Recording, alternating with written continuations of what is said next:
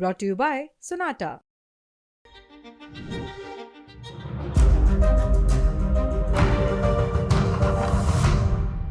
Operation Sindoor में भारत ने पाकिस्तान को कई जगहों पर गहरी चोट दी, उनके कई एयरबेसेस को निशाना बनाया। इनमें से एक था नूर खान एयरबेस, जिस पर भारतीय सेना ने अटैक किया। पहले पाकिस्तान इस बात से लगातार मुकर रहा था और वो कह रहा था कि हमारे किसी भी सैन्य ठिकाने को निशाना नहीं बनाया गया, लेकिन बीते दिन से शहबाज शरीफ का एक वीडियो लगातार सोशल मीडिया पर वायरल है, जिसमें इस बात की पुष्टि हो गई है कि उनके नूर खान एयरबेस को भारतीय सेना ने गहरा नुकसान पहुंचाया है। जब इस बात की वो खुद पुष्टि कर रहे हैं। अब जो भारत का ऑपरेशन सिंदूर था, उसके बाद पाकिस्तान को जो बड़ा नुकसान पहुंचा है, उससे पाकिस्तान में कहीं ना कहीं हलचल है। उन्हें इस बात का भी डर है कि आगे दोबारा ऐसी चीज़ें हो सकती हैं, तो उससे वो अपने नुकसान को कैसे बचाएं, इसके लिए उन्होंने कुछ बदलाव करने शुरू किए हैं, जिसमें ये बात सामने आ रही है कि पाकिस्तान के रावलपिंडी से उनके कुछ अहम सैन्य ठिकानों को शिफ्ट करके इस्लामाबाद ले जाया जा रहा है। इस खबर को और विस्तार से जानेंगे हमारे साथी शिवानी, जिन्होंने इस मामले में पूरी जानकारी जुटाई है। शिवानी, क्या अपडेट्स हैं, क्या जानकारी सामने आ रही है इस मामले में? विपिन, जो इनका करंट हेडक्वार्टर है वो अभी रावलपिंडी में बना हुआ है, जो आर्मी हेडक्वार्टर है वहीं पे नूर खान एयरबेस है चकलाला के पास। अब जो जहाँ से ये शिफ्ट करने की बात हो रही है वो इस्लामाबाद से 10 किलोमीटर दूर मगराला हिल्स एक जगह है, वहाँ पे ये लोग अपना नया जनरल हेडक्वार्टर बनाने की ऐसी बातें सामने आ रही हैं। और ये सब खुलासा हुआ है कुछ जो सूत्र हैं, इंटरनल सोर्सेज हैं और कुछ सैटेलाइट इमेजेस हैं जिनके थ्रू ये बातें पता चली हैं।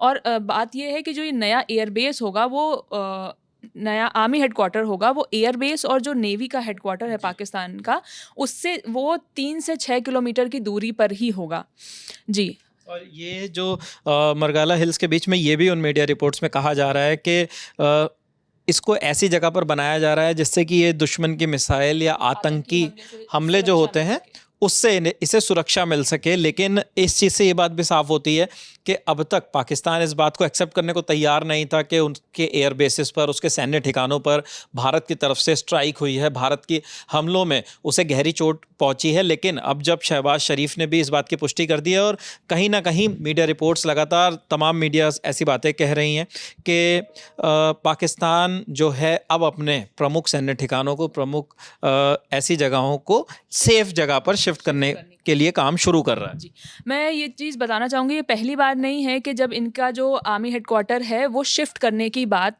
हुई हो। सबसे पहले ये सितंबर 2004 में अगर बात करें तो जो तत्कालीन राष्ट्रपति और army chief general Pervez Musharraf ने इस प्रोजेक्ट की नींव रखी थी। 2004 में भी ये बात हुई थी कि हम अपना आर्मी का, जो पाकिस्तान आर्मी का जो बेस है, हम उसको शिफ्ट करेंगे।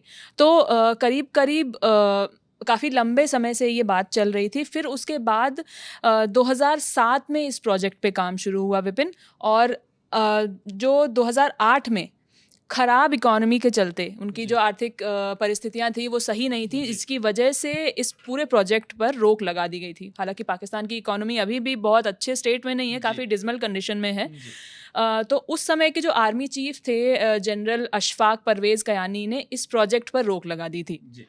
उस वक्त ये रोक लग गई थी, लेकिन अब आप सोचिए 2004 में इस प्रोजेक्ट की शुरुआत हुई थी और 2025 में भी उनके हालात इतने नहीं सुधर पाए कि वो इसे शिफ्ट कर पाते। और अब जब भारत ने ये स्ट्राइक की है, जब उनके सैन्य ठिकानों को निशाना बनाया है, तो अब फिर पाकिस्तान में इस प्रोजेक्ट को तेज़ी मिली है। मैं कुछ ज़रूरी बातें बताना चाहूँगी इस प्रोजेक्ट के बारे में। 18 साल से इस प्रोजेक्ट पे काम चल रहा था, मतलब 2004, 2007, फिर 2008 और अब 2025 में हम इसकी बात कर रहे हैं।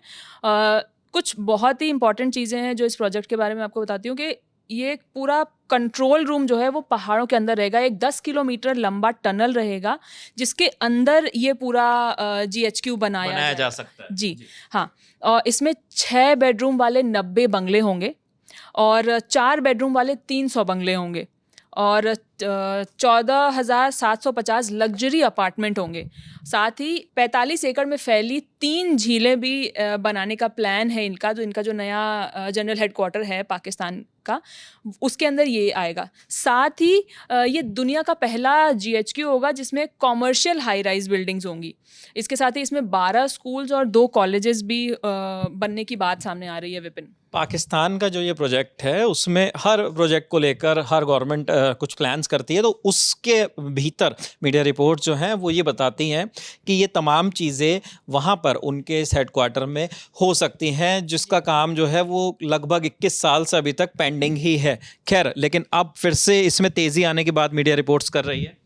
जी हाँ विपिन, अभी तक जो जानकारी सामने आई है सैटेलाइट इमेजेस और सूत्रों के हवाले से हमारे पास ये जानकारी है कि ऐसी ऐसी चीज़ें हो सकती हैं कि 10 किलोमीटर लंबा टनल होगा जहाँ पे ये पूरा हेडक्वार्टर है, नया जनरल हेडक्वार्टर, वो बन सकता है पाकिस्तान का। बिल्कुल बन सकता है। और दूसरी तरफ अब पाकिस्तान में हर तरीके की हलचल देखने को मिल रही है। कहीं ना कहीं पाकिस्तान दूसरे उन मुल्कों का भी शुक्रिया कर रहा है जिसको वो मानता है कि शायद उन्होंने पाकिस्तान को इस वक्त एक बड़े नुकसान से बचा लिया।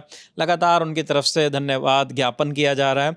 और भारत की अगर बात करें तो भारत अपने फैसले पर, अपने ऑपरेशन पर अडिग है और अब वो दुनिया के सामने पाकिस्तान को पेश भी कर रहा है कि किस तरीके से जो टेररिस्ट वहाँ पर मौजूद हैं, जो टेररिज्म, पाक स्पॉन्सर्ड टेररिज्म जिसे कहते हैं, वो किस तरीके से फैलाता है। इसके लिए भारत ने एक डेलीगेशन बनाया है और भारत के लोकतंत्र को और अब भारत के अंदर किस तरीके से हम आतंकवाद के खिलाफ हैं, आप इस चीज़ से समझ सकते हैं कि हम दुनिया भर के बड़े देशों के सामने जाएंगे, हमारे डेलीगेट्स जाएंगे और वो जाकर पाकिस्तान को बेनकाब करेंगे किस तरीके से वहाँ पे आतंकवादियों को पनाह दी जाती है, आतंकवादी संगठनों को पनाह दी जाती है।